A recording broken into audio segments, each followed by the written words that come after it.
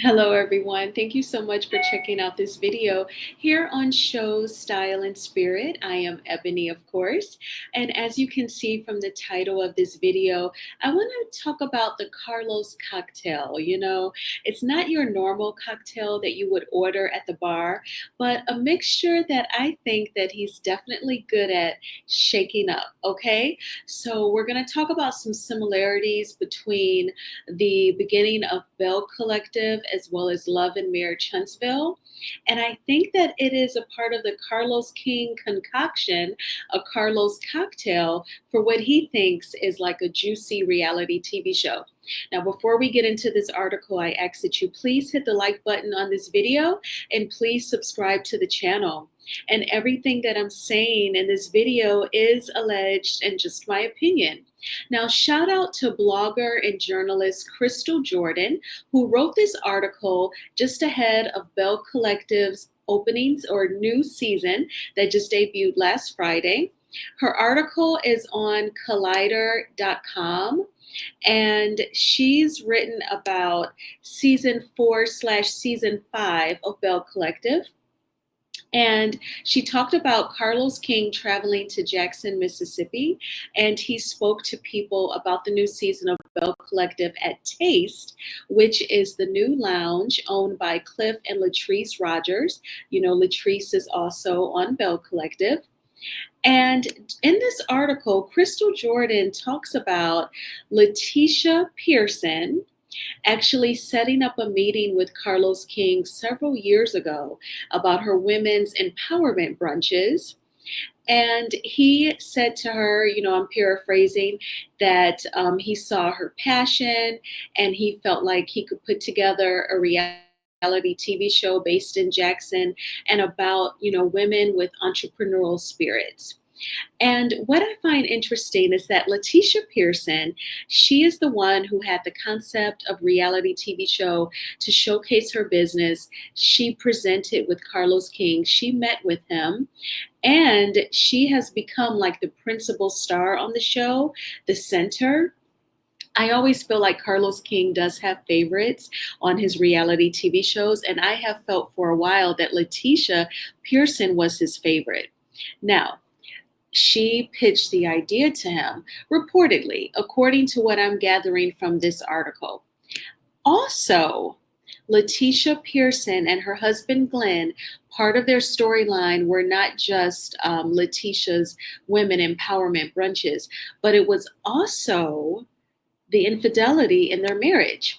So I am going to go past some paragraphs, and it notes that Letitia's desire to bring financial vitality to Jackson, Mississippi was appreciated by the other women, and the cast bonded over the Farish Street project.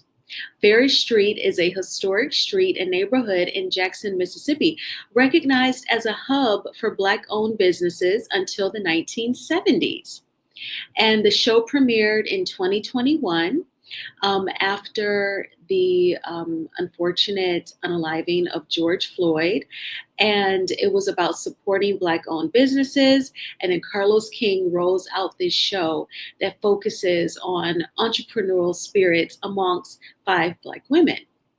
Now, also, to add to her women's empowerment brunch storyline, to add to the Farish Street storyline, there's also the infidelity in their marriage.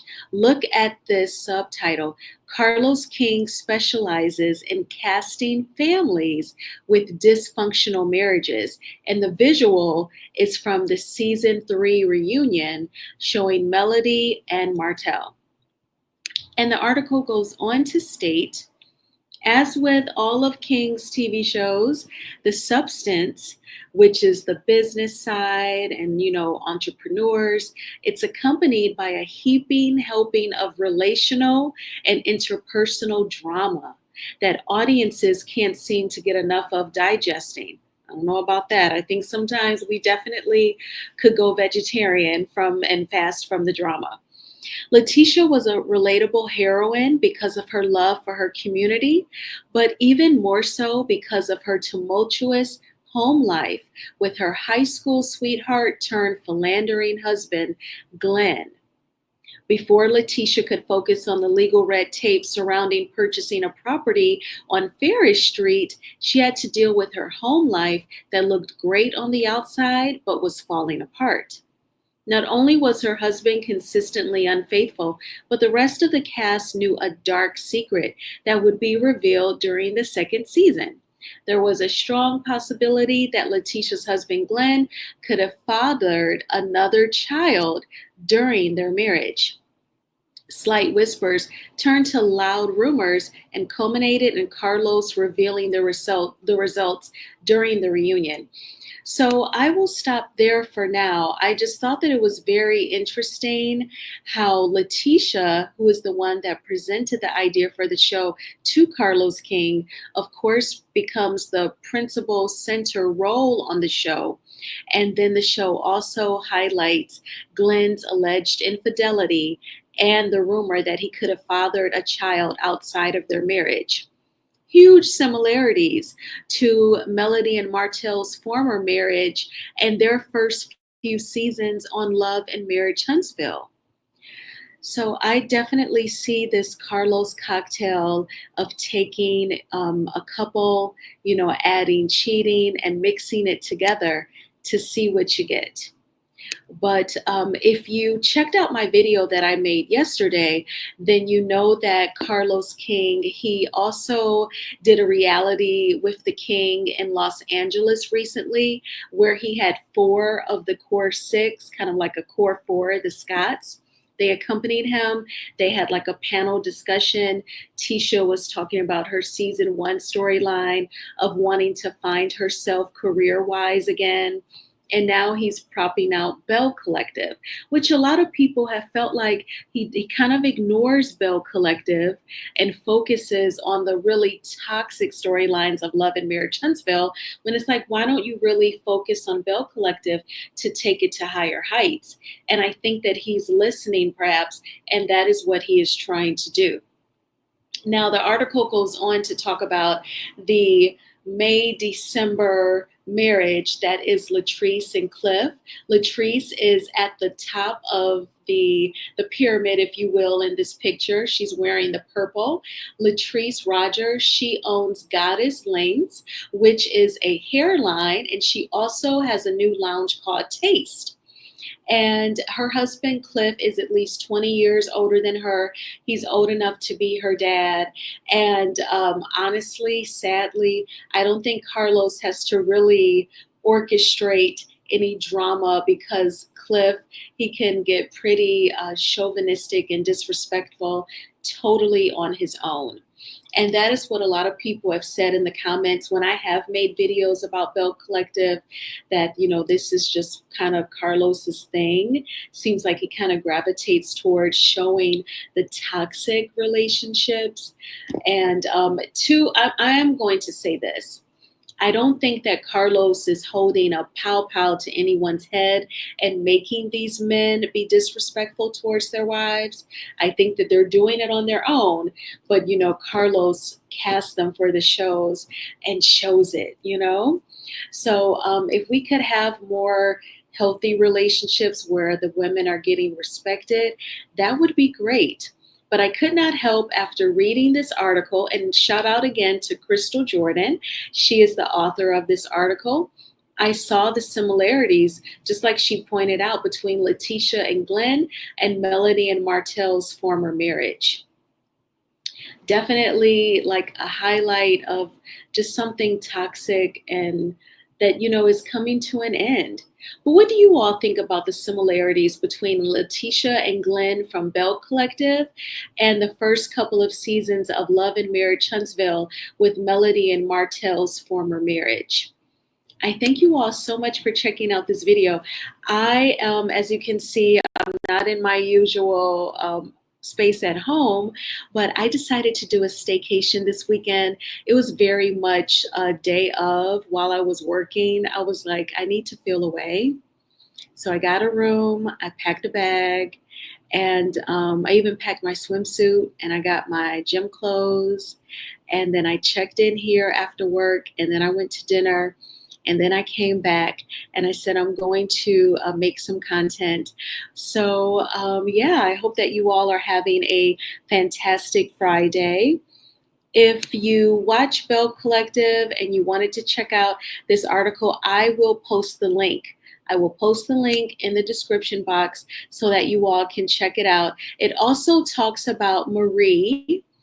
What I will say about Marie, because I really don't connect with her as far as like thinking she would be a friend. I try to ask myself, would I hang out with this person from this reality TV show to see if I really connect? But with Marie, I don't feel like that. She doesn't really come off like nice. But in terms of giving real life storyline with her mother's drug addiction, I respect her and thank her for sharing that with us. I mean, just like last season or the season before, the cameras actually showed Marie driving in the hood looking for her mom inside trap houses. And then she found her mom. Marie did not go inside the trap house. Her mom came outside and they talked out front. And then after a while, one of the producers said, okay, it feels unsafe for us to be here. We are leaving. And then Marie had to say her goodbyes to her mom and get back in the van, and then they drove off. That's definitely real life, genuine storyline. And I'll always thank Marie for that. I don't really think that she's like a girl's girl. And I think the more positive a person is, the less she likes them. But she seems to get along with Letitia, who I think, in my opinion, is not the most sincere person. So, but for real life storyline with her mom, Marie definitely brings it. And then, of course, the article talks about Tambra. And there is a link for another article, I believe, by Crystal Jordan about the dark shadow on LAMH after Kiki's passing. Definitely feel that way. Sometimes in July when she passed, it was like an eerie feeling, reporting on stories, reporting on her passing. And I just said, oh my gosh, this has happened, but we just have to see how they handle her passing at the reunion. The way I envision it, it'll probably be like in the last part that we'll see, like if the reunion has 2 parts or 3 parts, it will probably be in that very last part. But also in this article, Crystal Jordan talks about Tambra, the radio personality and her fertility journey and her having a daughter, a baby. I cannot wait for this episode just to continue on. Tonight is episode 2. And then we'll get to see the baby because I know how hard Tambra worked to get the baby here, to have surgery. And the doctor, I remember one scene, the doctor said he filmed with Tambra and he was saying the number of, I don't know, was it like cysts that he was removing from her body, but there was like dozens and dozens of them. And now her baby is here. So it's definitely a miracle. I'm happy for her. And I know that she is encouraging other women who have similar experiences. So those storylines like Marie and Tambra's, very important, very significant, very real. And then, he'll also mix it with some toxic romantic relationships like Letitia and Glenn and Latrice and Cliff. All right. So thank you again for watching this video. While you're checking out your favorite YouTubers, be sure to drink your water, eat your fruit. Then you'll feel proud that you got something good inside your body while you were entertained. And I hope that you all have a great weekend. I know you will. And I will talk with you all soon. Bye.